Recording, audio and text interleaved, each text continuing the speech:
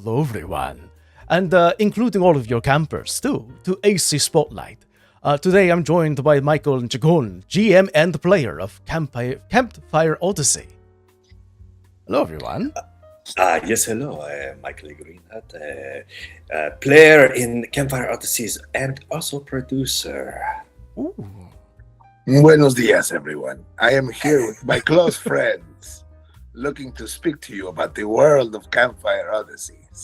Oh, I love it. I definitely started going to more Eastern, but I love the fact that you guys can sort of keep it more than I can. Dracula goes on vacation in It Cancun. was, yeah, you know, I'm visiting the sites. It's very cold today.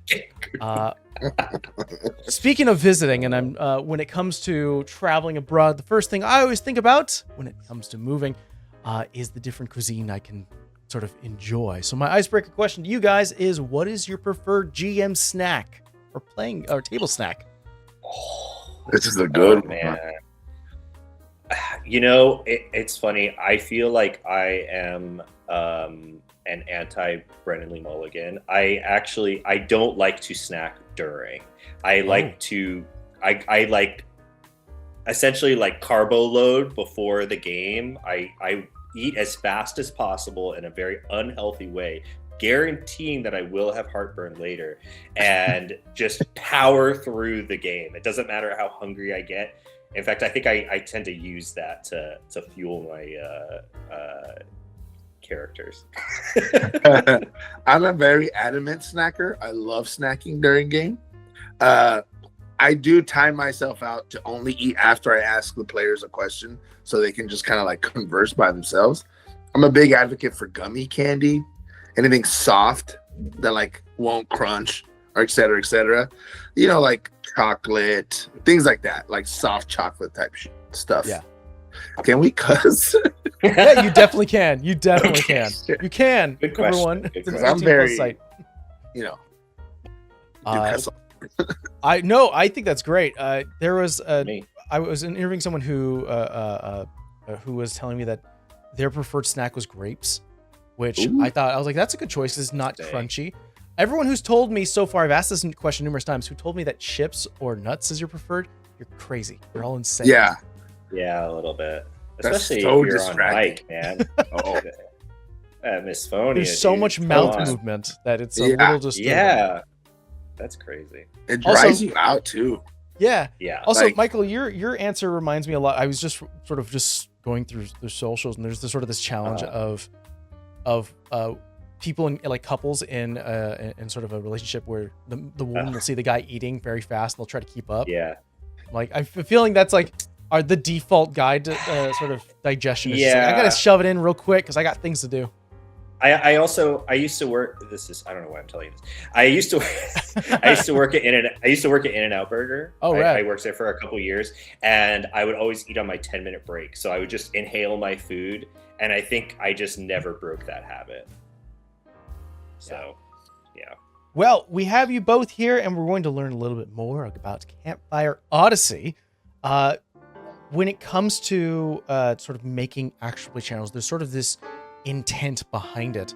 From most GMs I've met, but occasionally it does start to graduate from something else.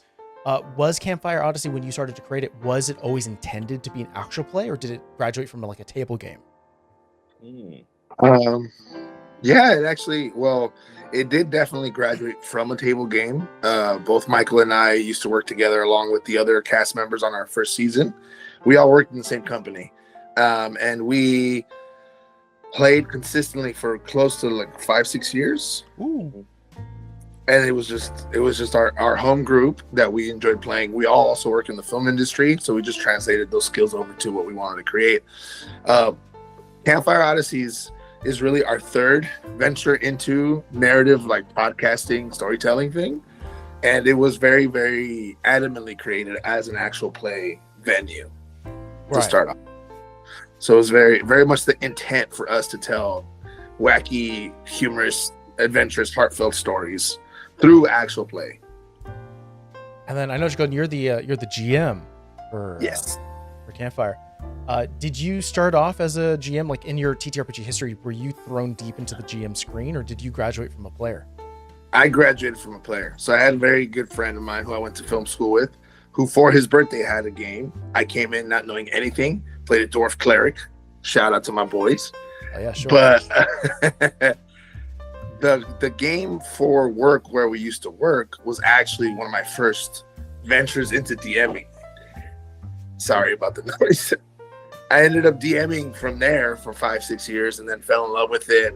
Got really, really into, you know, the weaving of stories and all the characters and et cetera, et cetera.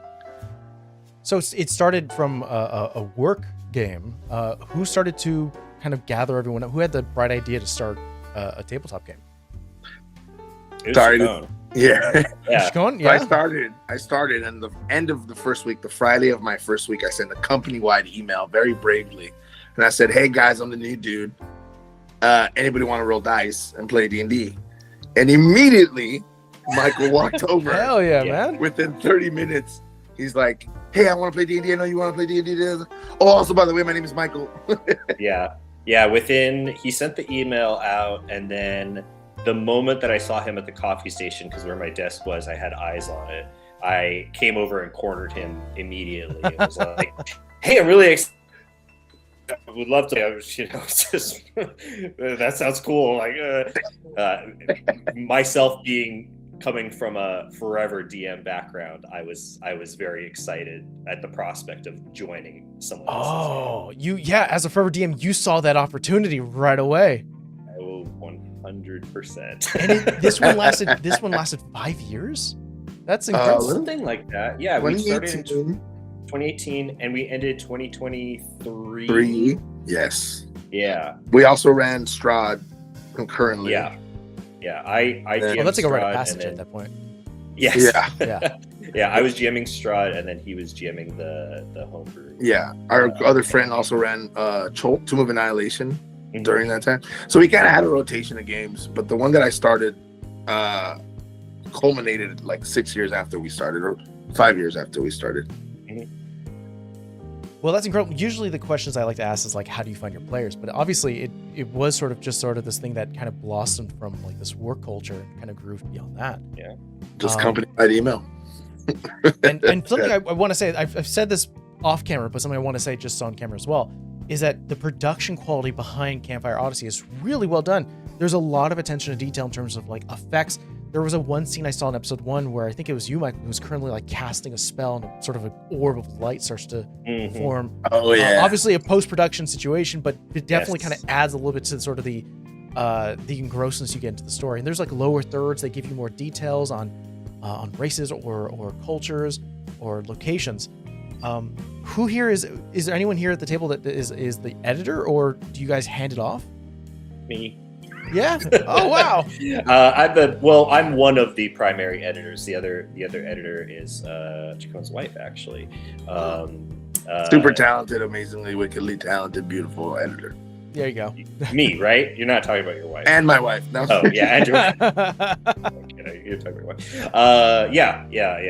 I edited, and then also shout out to Stephen Krimmel, who did the VFX, and Frankie Loomis, who did the graphics, the character. What's the word I'm looking for? Sheet? Help me. Character sheet. Outline. Yes, the character sheet, graphic design. So there's a whole team running behind this. Yeah. Small team, but good team. Great team. I would say initially this started off as just us and our close friends looking to make this, and then we realized all our friends are also in the industry, and then as we continued pre-production, we found out more and more of our friends are interested in helping us, and our friends are super wickedly awesomely talented, and then it just kind of kept escalating. And I'm, notoriously for not saying no, please help me. Right.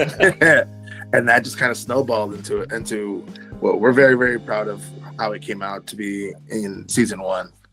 Yeah, by the way, everyone, I think we could clean this up, but we're all from SoCal. Yeah. We're very used to saying we're in the industry. Yeah. Yes. Sorry, the film industry. My bad. Yeah, no, absolutely. Not the auto industry. Exactly, yeah. When it comes to building an actual play, it's a very interesting dynamic, because obviously you are telling stories for like when you are sitting down, you're telling a story for your players. But there's also sort of that thought in the back of your mind. You're like, I'm also telling and entertaining an audience that this will soon be seen. Is there like a really, in your I would say opinion, is there like a hard part of running an actual play? It does definitely. So there's a lot of elements that stay the same from home game to actual play, but there were some considerations that I wanted to be mindful of. Excuse me. That had to do with timing and pacing, because we had a very clear benchmark of like what we were trying to hit each episode to be. So I wanted to, this comes down to like me designing interactions, me designing things. And as we all know, the party follows 100% of what you have planned. Yeah. They never go off script. They always just, you send that script out and everybody just follows their beats all the way through. But one of my strengths, I feel like, is in improvising and restructuring encounters to kind of get through your backstory. Like I'm gonna put these like more like pillars of what needs to happen for the story to make sense. And just being mindful, I had a stopwatch like next to me behind my DM screen to make sure I would like, okay, it's been this much time, et cetera, et cetera. And I really like it. I like, brought that over to my home games too. And I feel like it's a much more rewarding adventure for the table because the pace keeps moving forward. And then question to you, sort of a little bit of an alteration to that question to you, Michael, is that being the fact that you producer as well as sort of the main editor, is there a section or at least something about the actual play that is always on your mind that kind of never leaves?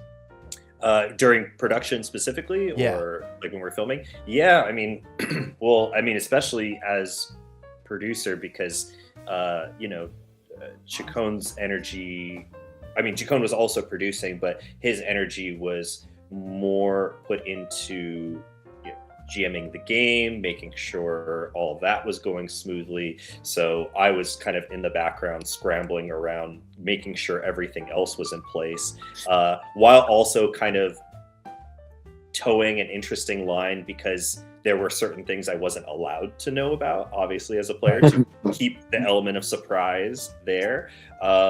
So I had a lot of miniatures that were painted by our lead prop and miniatures painter, Suzanne Mikowski. She painted these miniatures, wrapped them up, and then gave them to me. So I just had these mystery miniatures in a box that I couldn't look at, but I had to make sure we're on set. Right. So it was like a very weird juggling of production side of things and still trying to stay engaged as a player, which wasn't difficult to stay engaged as a player when we were playing, but just everything else around. Yeah. You guys, and because again, you mentioned before that you all met at work, which I think, correct me if I'm wrong, you said it was film industry, or was it sort of a sort of just like like standard production, or? Yeah, it was at a camera house in Burbank. Okay. So Chacon was on the repairs service side, and I was doing sales. With that in mind, was it for both of you? I guess a question to both of you was the interest in creation always there with you, or was it sort of this thing where it started to blossom as you started to work in the industry? You go ahead and take that one. Okay. Yeah. I have always wanted to create, write, tell stories, etc. I quite literally remember a conversation when I was like 4 or 5 years old with my mom of like, what do you want to do when you grow up? And I said, I want to make movies. And she was like, oh, do you want to be in front of the camera, or do you want to be the person behind the camera? I was like, I want to be behind the camera. And that's always been my goal. So going into that job, that was more of just an attempt at like a stepping stone of like, oh well, let me get a job that's industry adjacent. I'll be meeting a lot of people, and perhaps that will turn into something, and it did.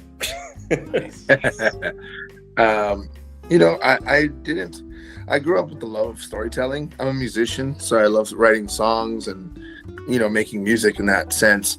I think I remember very clearly when I realized that people make music with like the DVD behind the features, like the bonus features on DVDs. Right. And I really fell in love with like being able to tell these kind of stories in this great way. Similar love interest when I started playing D&D and I started realizing like, oh my God, I just created this epic adventure and all these things are changing and growing and et cetera, et cetera. And it really made me fall in love with actual play and tabletop RPGs in that sense as well. And I feel like we really clicked in the sense of like at this job was simply just, we're just here to use the equipment on the weekends and try to make movies. Yeah. And that turned into this like, shared love of storytelling that would became our company D&D game. Yeah. Can I mention, I remember specifically the moment that it was like a step brothers, like, are we best friends? Have we just become best friends kind of moment? Yeah. It was the first game that you ran. We were in the conference room, and then as the game was wrapping up, I think you brought up Critical Role, or I brought up Critical Role. One of us brought it up, and then you were like, "Oh, are you a Critical Role fan?" And I have, I would wear like button-ups like this at work, but underneath, and I did not do this on purpose. Underneath, I was wearing a Critical Role shirt, so I like showed him. I was like, I was like, oh my God, it's meant to be. Yeah. Oh man. Speaking of, because sort of jumping back in sort of the TTRPG history, and how this all started. Lowball question was something that's always fun to ask. Do you remember what your first dice set was? Oh, I think. Well, I definitely do. Oh, go ahead. I still have it. So my friend, Theo, for his birthday, he brought over a huge bundle of dice, laid it out in the middle of the table and said, pick one of each of these and it's yours. And I picked a purple, very basic, old looking purple and white dice that I still have. Nice. Yeah, I think so. For me, it's sort of tricky because when I first started playing, first of all, my friends at the time were like, hey, we should play D&D, and we were into lots of nerdy stuff, but I was very much of the attitude of like, I don't know, that's real nerdy. I don't. I'm already having a hard enough time getting a girlfriend. I don't know. I'm trying to do this. But then they convinced me to like join in, and then of course none of them wanted to put in the time to learn how to play. So then I became the GM. So anyways, my first set was basically the default set of dice that you get from the 3.5 starter set. That was the first set that I used as a GM, and then as a player, I later bought a set of translucent orange dice that killed one of our friend's characters when I let him borrow it. Yeah, yeah, they did. It was very traumatic. So and I still have all of those dice as well. Well, speaking of events that happen in your stories, when it comes, because you mentioned before, this is not your first romp into TTRPG content creation. Throughout the many stories that you've told, is there sort of a moment in these arc stories, campaigns that have stuck with you throughout the years? Oh man, yeah. I mean, there's a wide array of epic, heroic moments. I had my Captain America fantasy dream where I stood up against Strahd. He demolished me, beat the shit out of me, and I kept coming back up, tightening my shield, and said, I could do this all day. And it was like, we were level 3. There was no business standing with Strahd. Everybody was an experienced player. We all knew that he could like perma-kill us. But this was kind of like the players versus also Michael, our close friend. Let me see how far I can push you before you kill me. Yeah. I ended up dying 3 times in that. You're testing the waters at that point, Yeah. I think for me, that's such a good question. The one that most immediately comes to mind comes from the Office game. And I was playing a bard, and it was Greek mythology themed campaign, and the whole campaign, or at least this part of the campaign, was leading up to us doing this big performance at Mount Olympus, and and we had there was a bunch of different little skill games that we had to do, but one of them in particular was we were going to perform a song, and I was a bard, and so I had rewritten the lyrics to Bohemian Rhapsody to fit my bard character. And then I sang it poorly. Very passionately sang. Oh, okay. Yeah, from the heart. And then Chacon was like, "You don't need to roll. You don't need that's to roll. That's a natural 20 if I've ever It's a seen natural one. 20. But that was a very fun moment. And it was such a fun moment too, because it was it was such an impactful moment that was a non-combat moment, which I feel like are a little harder to get sometimes. Yeah. I still have that video too. I filmed you singing. Yeah. I think it's tucked away in case you ever need it, you know. Exactly. There's a thing I started to learn about actual play players and GMs and people within the creative sphere, and that is when it comes to that sort of that discussion between rules of cool and rules as written. That generally, us creative types, we generally lean a little bit more towards the rules of cool, because there is that concept of we're trying to entertain the party, but we're also trying to entertain an audience. You know, right. It shouldn't really stop the flow of fun. But with that in mind, and I think I am a fairly betting man to say that you guys are probably rules of cool individuals. Yeah. But with that idea of flexibility, is there a rule at your tables that is written in stone? This is an interesting, because Michael and I DM a lot for each other, and we have very different styles of DMing. Mm. Whereas, like, I started off very rule heavy because I was insecure. I was worried about the game, and I was like, they won't have fun if I don't follow the rules. And that quickly went out the window when I was like, nobody wants to do that. Let's just have fun, and leaned into the more like, sure, you can give me an acrobatics check to try to like persuade this person, whatever that was, right? Mm. I got lost in the sauce. What was the end of the question? No, it's all good. I think with the idea that we're all flexible when it comes to the rules, we're okay with sort of bending them, breaking them if need be. Is there a rule at your table that is written in stone that does not change, that has to be there? For me, it is in intent. So I'm very, very like sometimes a little too sticklery with like help action, for example. I'm like, your familiar can't help you with this thing. It doesn't make sense type of thing. However, I do that to help like it, encourage the player to narratively explain what's going on. And then it becomes a story moment, and that trumps any rule that we have. Like that supersedes any rule that is in the book. If you narratively get into it and it becomes like a nice, awesome story moment, that's what I'm kind of like trying to coerce out of the players. So typically things like advantage or the help action has to be prefaced with something before I grant it, That's fair. What about you, Michael? I think for me, the biggest thing is, and this isn't obviously this isn't an official rule, at least in D&D specifically, but is honoring the dice rolls, especially natural 20s and natural 1s. If you get a natural 20 on anything, I'm gonna honor it, and I'm gonna honor it to the fullest that I can. Same thing with natural 1. I'm gonna honor that. You're gonna eat shit. I'm sorry, but you rolled the dice, and also just making sure that if I ask for a dice roll, I have to honor what happens. I think sometimes there can be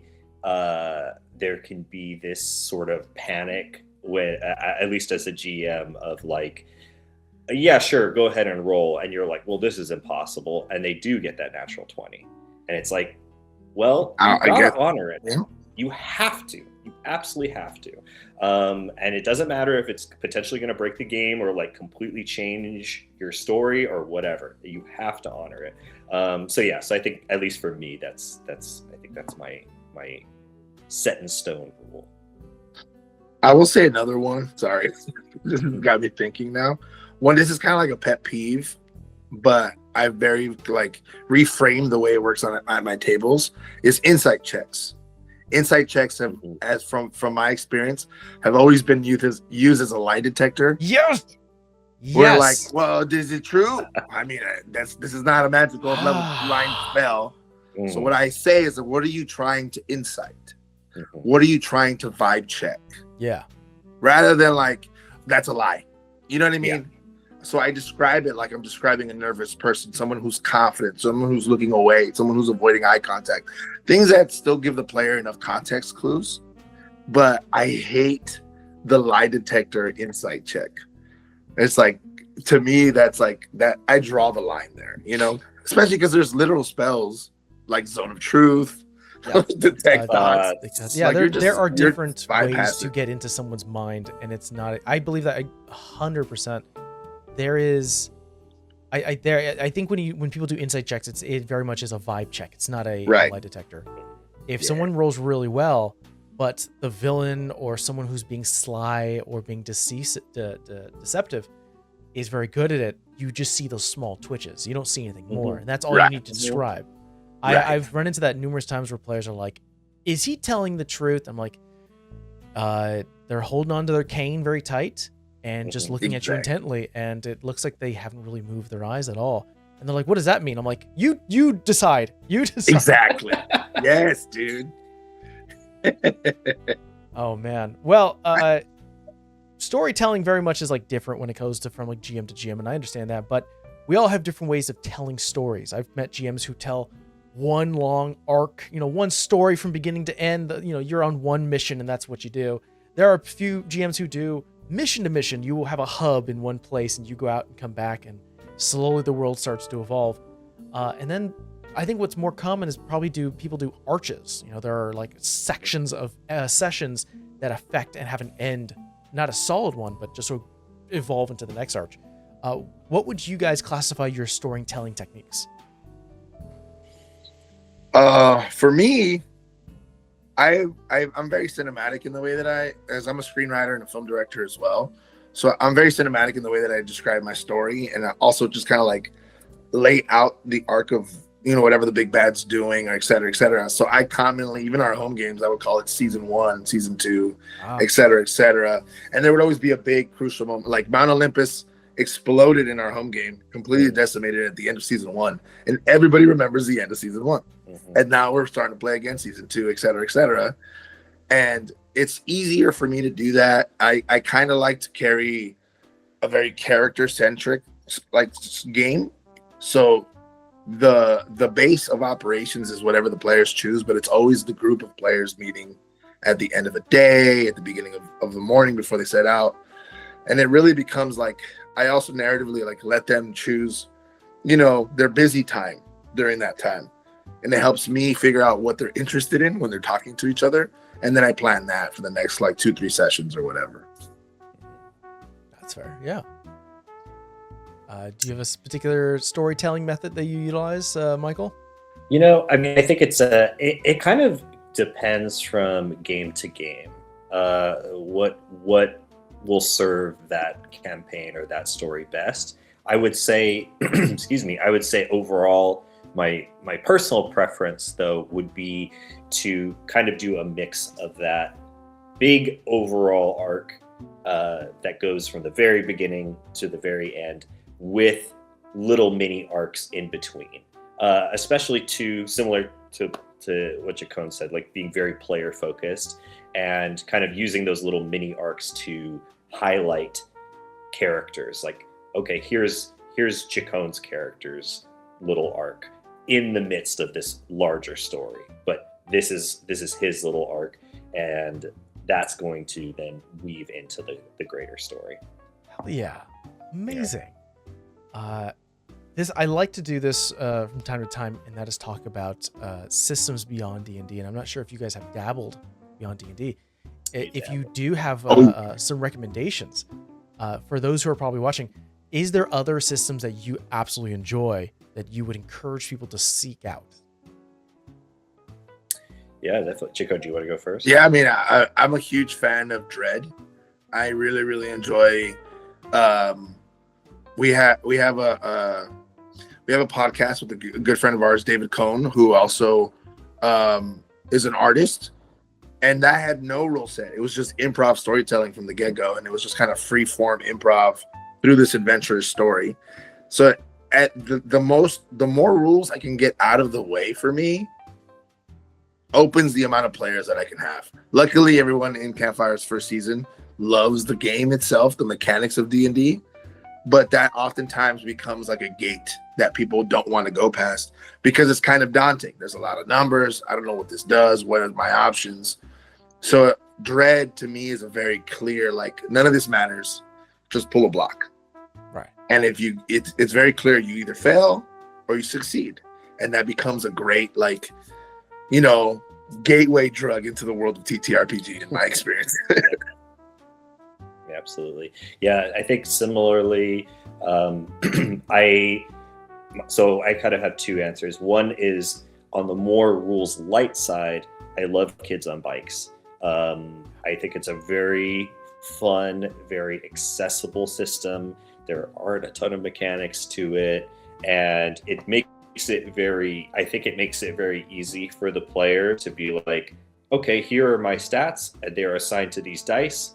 And so I know I'm really good at this and I'm not so good at this, but then there's that balancing mechanic in between with, you know, the dice blowing up and you be able to have even on your lowest stat, you have a chance of it becoming a really big roll. So yeah, Kids on Bikes, and then a more crunchy system. I really like Call of Cthulhu. I really like Call of Cthulhu because I like that, unlike D&D, where I feel like you are superheroes, or, you know, you're like the Fast and the Furious crew, you just can do anything. In Call of Cthulhu, you are very vulnerable, and there's a high chance that your character isn't going to make it, or is going to go mad, or what have you.